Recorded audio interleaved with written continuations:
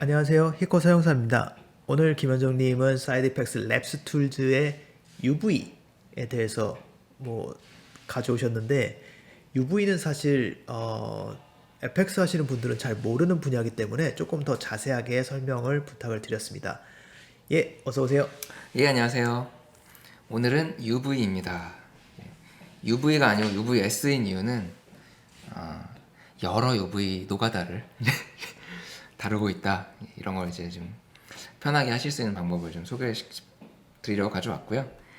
일단 아무래도 후디니 하시는 분들이 제일 관심 있어 하실 만한 FX 그 중에서 RBD 쪽 소개를 먼저 드리자면 보통 RBD 이제 프랙처 쪼개시고 나서 안쪽에 UV를 입히기 위해서 추가적으로 이제 작업을 그동안 해주셨을 텐데 드디어 인사이드 페이스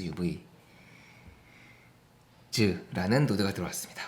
보시다시피 이렇게 안쪽에 UV를 생성을 해주고요. 다음은 머지 스몰 아일랜드인데요. 예, 보시다시피 말 그대로 이런 조그만 조각들 같은 것들을 이렇게 합쳐줍니다. 이렇게 아일랜드가 많을 경우에 그 어느 정도 스케일까지 합쳐질 것이냐, 뭐 이런 여러 가지 옵션들, 어떤 앵글 베이스드냐, 뭐 어떤 메소드를 쓸 것이냐, 로테이트를 어떻게 할 것이냐, 뭐 이런 다양한 옵션들이 있으니까요. 이것도 굉장히 유용하게 쓰실 수가 있고요. 왜냐면 이 아일랜드를 지금 뭐 아무렇지 않게 이렇게 전후 사진으로 비교를 하고 있지만 이런 아일랜드를 줄이기 위해서 특정 프로그램을 써서 몇 시간씩 로딩을 해서 또 머지 아일랜드를 누르고 또 몇십 분씩 기다리고 이제 뭐 지금까지 그런 경우들이 있었어요. 예전까지. 네. 예, 근데 이거를 한 번에 되는 걸 보고 참 예.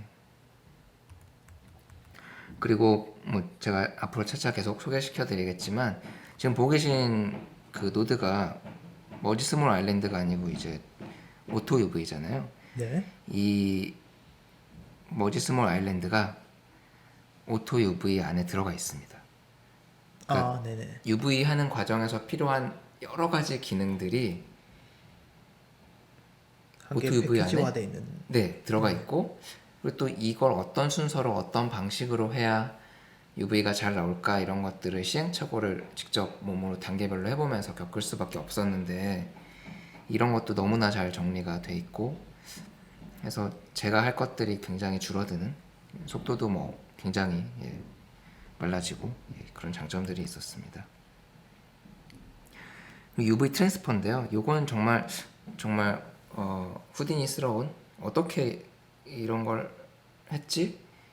이제 후디를 안 해본 입장에서 그런 생각이 좀 드실 수도 있을 것 같았어요. 물론 후디니를 사용하신 입장에서는 그냥 어트리뷰트 트랜스퍼네 이런 생각 드시겠지만 네. 예, 한마디로 이제 원본에 이런 지오메트리가 있었고 제가 새로 만든 지오메트리가 이런 지오메트리가 있는데 원본 지오메트리처럼 이런 UV를 이런 텍스처를 똑같이 적용을 하고 싶다 이럴 때 쓰실 수 있는 노드고요.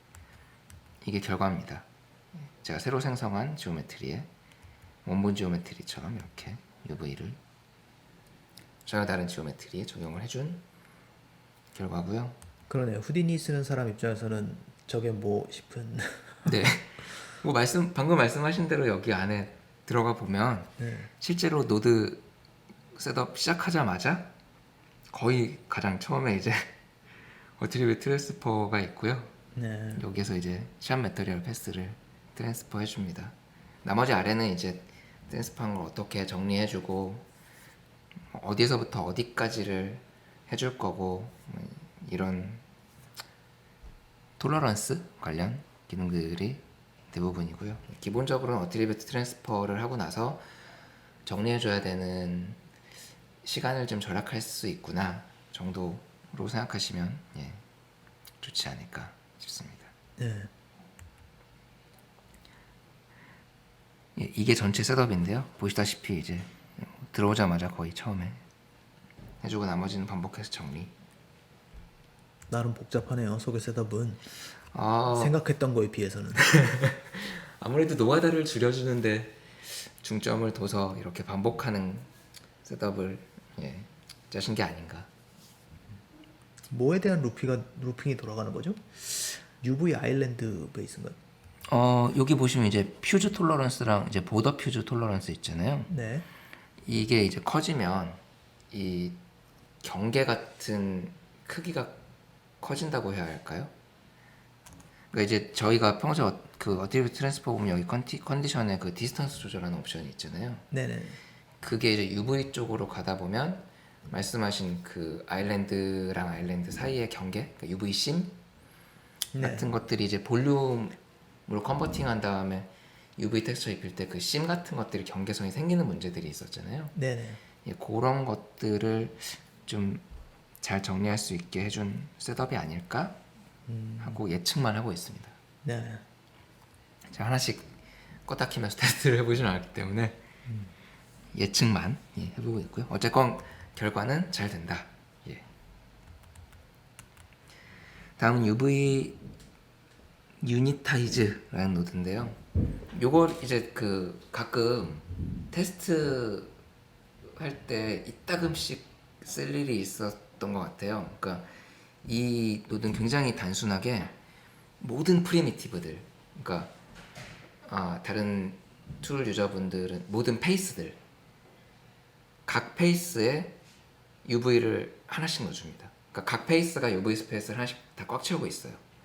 네. 예, 그래서 페이스들별로 UV를 넣고 싶을 때가 가끔 이제 생길 때가 있죠. 그 뭐 도로라든지 이런 것들은 도로 타일링 텍스처 하나 만들어 놓고 이제 여러 개 타일을 줘서 반복을 이제 뭐 한다든지 할 때가 이제 있겠죠. 뭐 그럴 때 쓰셔도 되고요. 그럴 때 간단하게 쓰실 수가 있고요. 다음은 UV 비주얼라이즈입니다. 예, 제가 예전부터 굉장히 만들고 싶어 했던 노드였는데 들어와서 실제로 이렇게 되는 걸 보고 정말 경악을 네. 금치 못했는데 뭐 말로 100마디 하는 것보다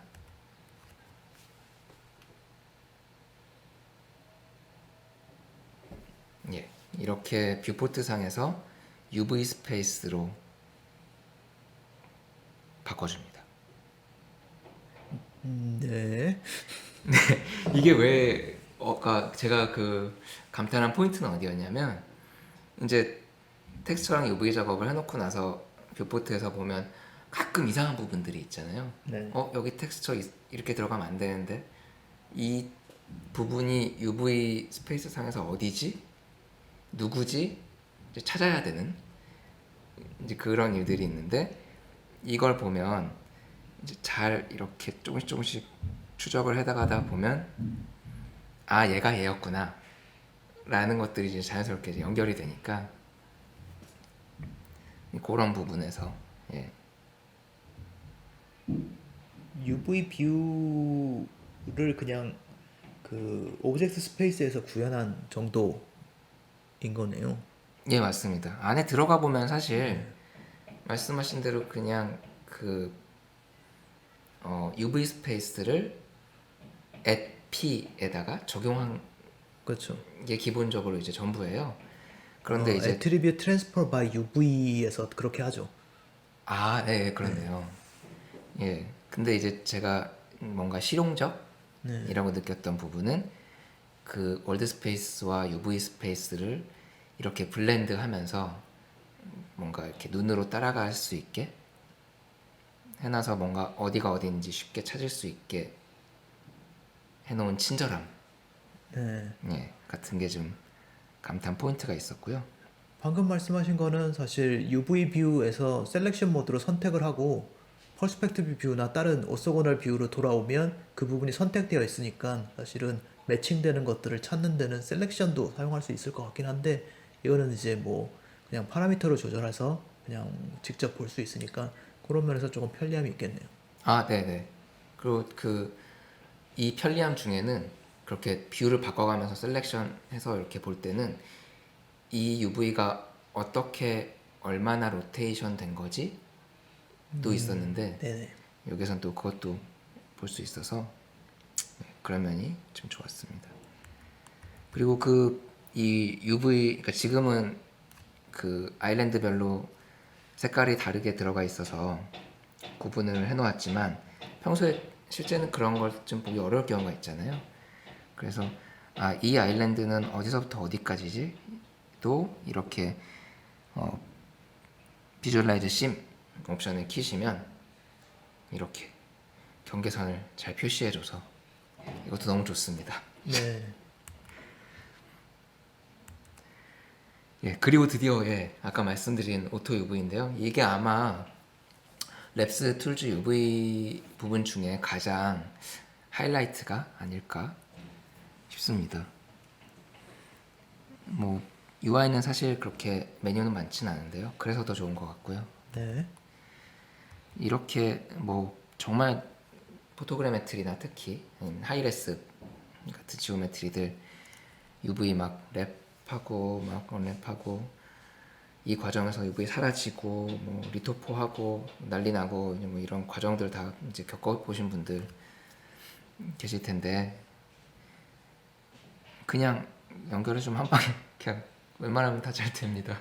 그럼 과정 같은 게 그냥 사라졌어요. 예, 뭐 말 한마디로는 다 전달드리긴 어렵지만 이렇게 고르게 이렇게 빨리 이렇게 잘 한 방에 펴주다니. 직접 써보셔야겠네요, 이건. 네네. 그러면 더 좀 좋아하실 수 있게 될 것 같고요. 이름은 오토지만 사실 굉장히 컨트롤 하고 싶다 하는 부분은 세세하게 컨트롤할 수 있게 잘 되어 있습니다. 네. 그래서 오토 UV 이제 들어가 보시면 그 UV 오토 심이라고 해서 그러니까 그 오토 UV를 할 수 있는 방법들이 사실은 굉장히 다양하게 되어 있어요. 그런데 이제 지금 여기 이제 그 이 스샷은 옛날 튜토리얼이라서 이제 방식이 2개인데 지금은 3개고요. 쇼티스트 패스랑 클러스터로 심을 이제 나누고 후디니에서 파인드 쇼티스트 패스로 어디로 UV 심을 자르고 이럴지 결정할 수 있는 방법도 있고 클러스터를 어떻게 나눌지 이런 방법도 있고 뭐 한데 지금 제가 보여드리고 있는 이 방식은 UV 오토심이라고 해서 랩스툴즈의 그 UV 오토심, UV 플랫, 뭐 UV 플랫은 이제 원래 있는 노드였고요. UV 오토심과 UV 플랫은 후디니 노드를 사용해서 이제 UV를 오토 심 해주는 방법이 이제 디폴트로 돼 있고요.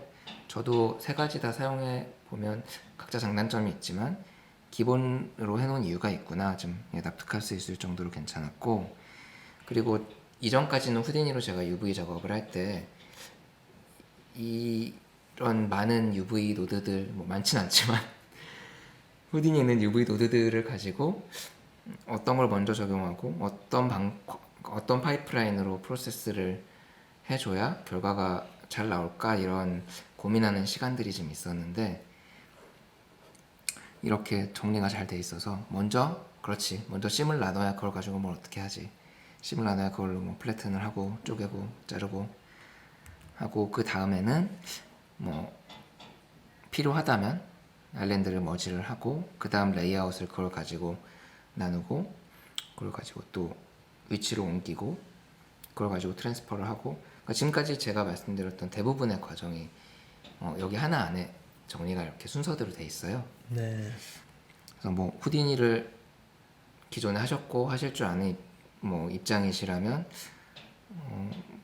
정말 후디니스럽게 직접 다 하실 수 있는 저 과정이시겠지만 이렇게 정말 친절하게 오토라는 이름에 걸맞게 잘 돼 있는 노드입니다. 오늘 내용은 여기까지입니다. UV라는 게 사실은 저도 그렇게 많이 접할 일이 없는, 그러니까 FX 쪽에서 일하시는 분들한테는 UV는 누군가가 어렵게 작업해가지고 그냥 전달받는 그런 입장이었다라고 그러면 실제로 이제 이런 일들을 하셔야 될 일이 있을 때 이제 당황하게 마련이죠. 그래서 조금 더 편리한 툴들이 있으니까 튜토리얼 보시고 공부하셔가지고 그런 당황스러움에서 쉽게 벗어날 수 있으시면 좋겠네요. 예, 오늘 감사드리고요. 다음 시간에도 다른 걸로 잘 부탁드리겠습니다. 감사합니다. 감사합니다.